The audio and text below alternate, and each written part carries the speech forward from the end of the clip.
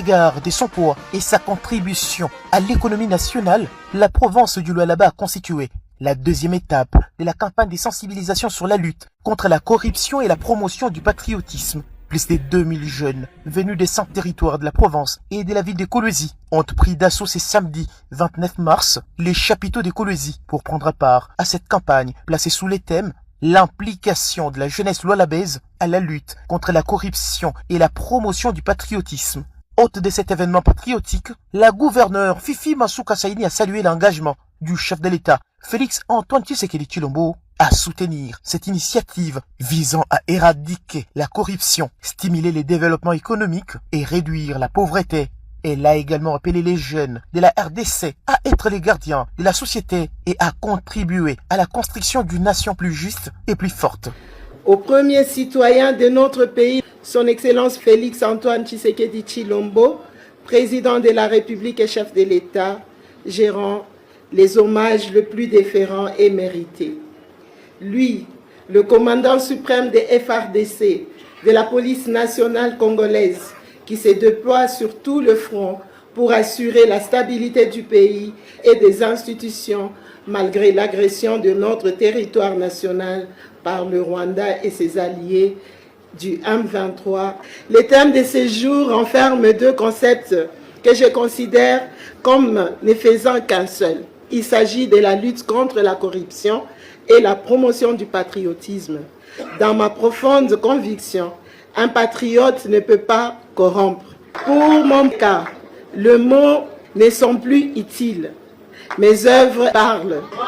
Ceci est une expression de mon dévouement à ma patrie, qui est l'ensemble formé par notre territoire national et sa population, dont une partie est mise sous ma gestion.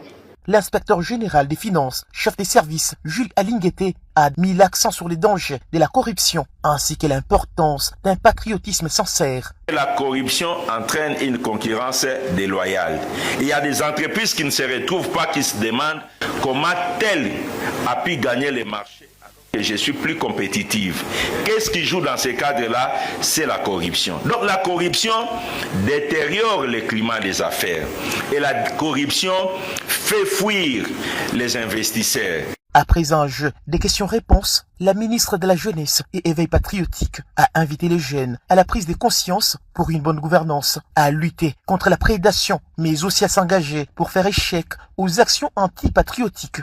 Noëlla Eganagato a invité la jeunesse à s'inspirer du leadership performant de Fifi Masuka Saini, aujourd'hui comme un modèle efficace. Ce moment de dialogue et de partage marque un tournant dans la dynamique que nous voulons insuffler à la jeunesse, celle d'une jeunesse éveillée, mobilisée, engagée pour notre nation. Madame la gouverneure du Lualaba, votre gestion devient jour après jour un modèle de bonne gouvernance dans notre pays. Et votre leadership éclairé auprès des jeunes mérite d'être salué. À vous, jeunes du Lualaba, les Wazalendo, je dis ceci. Vous êtes la première ligne de défense morale et citoyenne de la RDC. Les jeunes étant à faire des relances dans une société, les conseils provinciaux de la jeunesse du Lualaba a remis à la ministre des tutelles un acte d'engagement à la lutte contre les antivaleurs.